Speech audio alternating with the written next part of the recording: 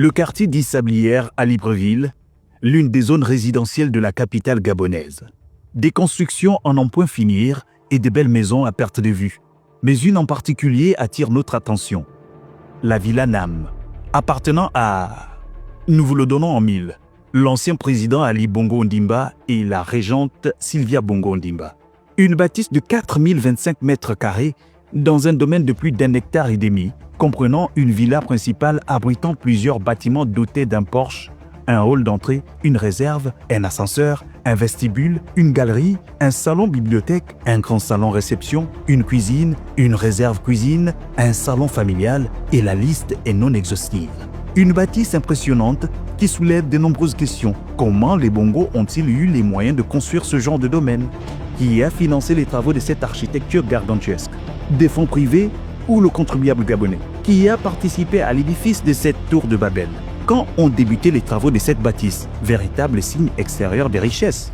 Chose étrange, les travaux de la Villa Nam ont débuté précisément en avril 2008. Sylvia Bongo Ondimba, alors épouse d'Ali Bongo Ondimba, ministre gabonais de la Défense, contacte plusieurs sociétés dont Axial pour lancer les travaux topographiques d'une résidence privée à la Sablière aux frais de l'État gabonais. Montant global de l'action, plus de 100 millions de francs CFA réglés en plusieurs mensualités. Dès lors, il est important de se demander comment la femme d'un ministre, fût-il fils du président, construire une résidence privée aux frais du contribuable. CDAI, Axial, GRI, Socotec, PL Engineering, Universal vont alors se lancer dans ce qu'ils considèrent comme le contrat du siècle. 4 milliards 57 millions 69 252 francs CFA à se partager. Mais rendez-vous compte, plusieurs documents confirment que les études de sol, le décapage, la couche végétale, le traçage, le creusement des fouilles, la mise en place d'un béton de propriété, l'installation du ferraillage et enfin le coulage du béton et son nivellement ont coûté pas moins de 75 milliards de francs CFA, gracieusement pillés au trésor public. Construire un château en est une chose, mais l'entretenir en est une autre. La Villa Nam est un véritable gouffre à sous. Gouffre à sous pour le contribuable gabonais, oui, vu que le clan Bongo Ondimba Valentin n'a jamais dépensé un sou pour prendre soin d'un bâtiment construit sur le sang des Gabonais. Sylvia Bongo Ondimba, il faut le dire, entretenait une relation incestueuse avec l'argent gabonais tant elle avait fait du trésor public son agent comptable personnel via plusieurs banques sur le territoire national, BGFI, Orabank, UGB et à l'international. En janvier 2015, la Dame de Fer lance le projet Silver Benz afin de décorer ce qu'elle considère comme la plus belle propriété du Gabon. Œuvres d'art, miroirs, argenterie, fauteuil Louis XIV, des trains en soie, des lustres et j'en passe, les chiffres sont honteux. Des montants allant de 300 000 à plus de 3 millions d'euros. En voulant convertir les montants de cette transition datant de janvier à juillet 2015, notre calculatrice a rendu l'âme. Faites ce que je dis, ne faites pas ce que je fais. Pendant qu'Ali Bongo Ondimba, tout au long de son mandat, arguait qu'il fallait diminuer le train de vie de l'État, sa famille et lui jouaient au pacha avec les deniers publics. Les hommes mentent certainement, les chiffres pas.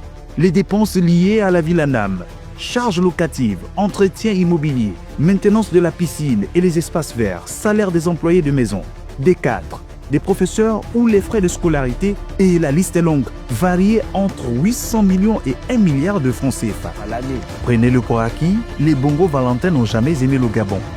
Tenez-vous bien, Noureddin Bongo Valentin, fils chéri du roi, a fait payer en mars 2010 et frais aux contribuables gabonais son BlackBerry, certainement des dernières générations, d'à peine 330 000 francs CFA. À croire que celui qui se croyait déjà président de la République gabonaise après son père n'avait d'autre chose à faire que de s'engraisser sur le dos de l'État. Pathétique. En République gabonaise, il était coutume d'entendre « Je suis plus gabonais que toi ». Mais ironie du sort, chez le clan Bongo Valentin, les animaux avaient plus de considération que les humains. Entretenir un chien de l'ancienne première dame impliquait qu'il soit soigné dans les structures pour animaux les plus huppés du monde. À titre d'exemple, leur chien bénéficiait des évacuations sanitaires en jet présidentiel et se faisait suivre à Londres. Les factures parlent d'elles-mêmes. Au gré de ses voyages et loisirs, le clan Bongo Valentin puise dans les fonds de l'État gabonais. Entre des achats de sacs Louis Vuitton, Hermès, au tableau de décoration en passant par des vêtements des petits derniers, la facture est salée. Les faits sont établis.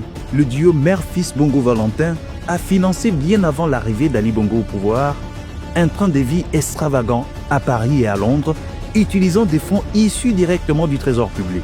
Mieux, après l'AVC d'Ali Bongo Ondimba en 2018, Noureddine et Sylvia Bongo avaient pris le contrôle de l'appareil de l'État, engageant le pays sans avoir qualité ni compétence, faisant et défaisant les carrières, plaçant copains et coquins aux postes les plus sensibles. Désormais en fuite à Londres, la veuve noire et son rejeton jouissent d'un train de vie luxueux, sans aucun doute le fruit des années d'opulence accumulées sous le règne de Bongo Ondimba Ali. Des détournements massifs s'élevant à plusieurs centaines de milliards, via des réseaux complexes, des sociétés écrans et de comptes à l'étranger. Mais ça, c'est une autre histoire.